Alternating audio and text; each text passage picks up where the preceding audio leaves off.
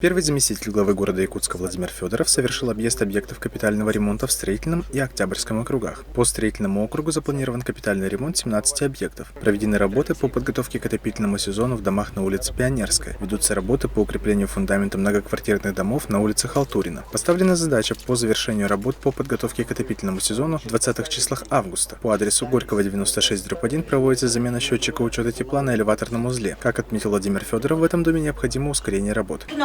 Возьми, пускай, если ты на работу их берешь, дал им держак, посмотрел, как они шов ложат, и все, принимай на работу. Тогда все равно сварщики это наши местные хорошие. Надо сделать замечание управам сегодня на ОЗП, на штабе. Мы обязательно отметим о том, чтобы все управы со специалистами выезжали по нашим домам, которые ведет фонд капитального ремонта, и следили за качеством работы, в первую очередь, и за сроками. Сегодня нужно отметить то, что улучшения в части подготовки к отопительному сезону по сравнению с прошлым годом, они налицо. То есть, если мы говорили в прошлом году по ФКР порядка 7-9 домов у нас вообще были не подключены к отоплению, то в этом году по фонду капитального ремонта вот уже завершается дом, фактически осталась техническая часть и документальная в элеваторном узле.